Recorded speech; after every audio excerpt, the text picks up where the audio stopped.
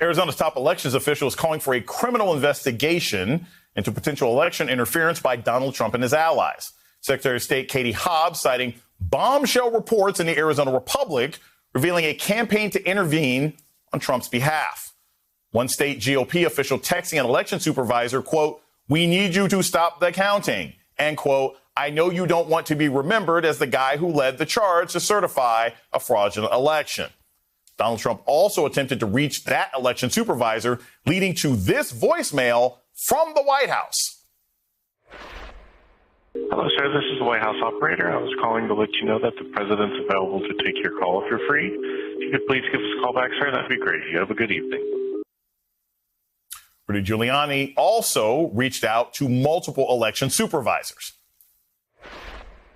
Rudy Giuliani, President Trump's attorney, calling. I'd like to see if there's a way that we could resolve this so it comes out well for everyone. We're all Republicans. I think we all have the same goal. Let's see if we can get this done outside of the courts. Gosh. We're all Republicans. Let's see if we can get this done. That is not how democracies are supposed to work. Not to mention, those are some of the most intimidating calls you can imagine ever getting.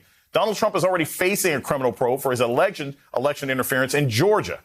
Joining me now is the official calling for this new investigation, Katie Hobbs, Arizona Secretary of State and candidate for governor. Thank you so very much, Secretary Hobbs. So I have so many questions. One, what inspired you to call for this investigation? Because it would have to be taken care of by the sort of state's attorney general, and that person is a Republican, correct?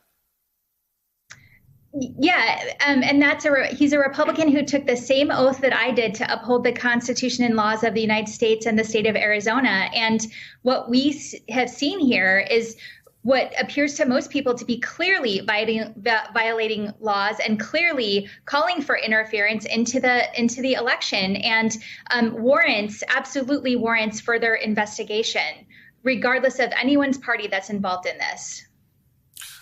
I want to play you some sound that we have of the Arizona Republican Party chair also talking about what's going on here in the state. And I want to get your thoughts on this on the other side.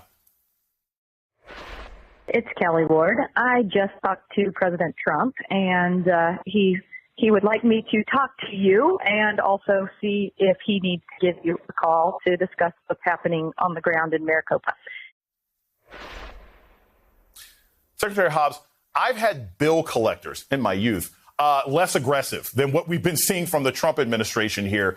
When you see that the head of the state Republican Party is also putting on this full court press, do you think an investigation might lead to criminal charges, maybe not just at the federal level, but at the local level for election interference?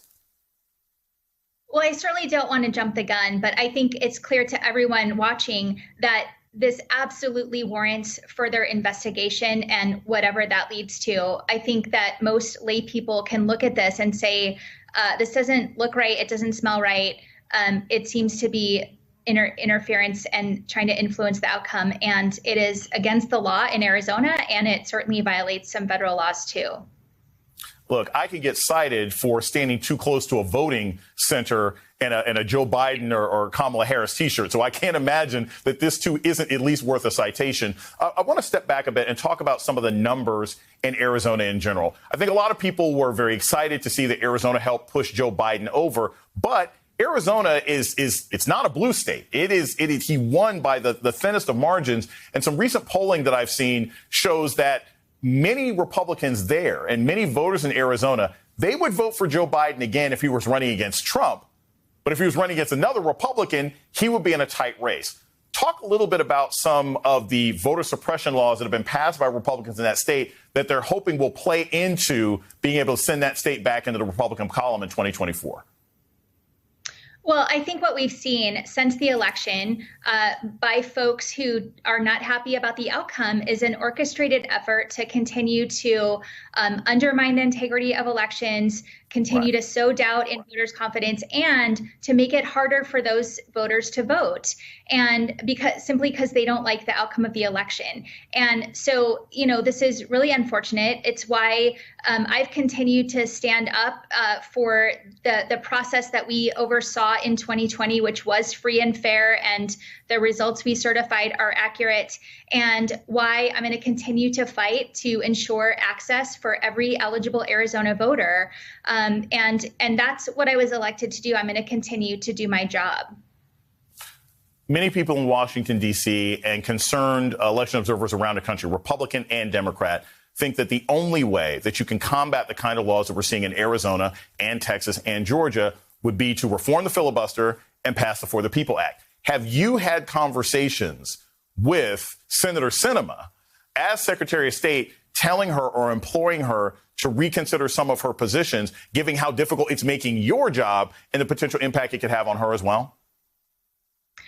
Well, our office has spoken with her staff about the provisions of the For the People Act that are important for Arizona and to uphold Arizonans' access to the ballot. And I've made my position very publicly clear on this issue, and I will continue to do so. And I've called on every senator, Republican or Democrat, to do the right thing and get this through to ensure that Americans all over the place have equal access to the ballot and continued access to the ballot in light of these pushbacks that we're seeing across the country.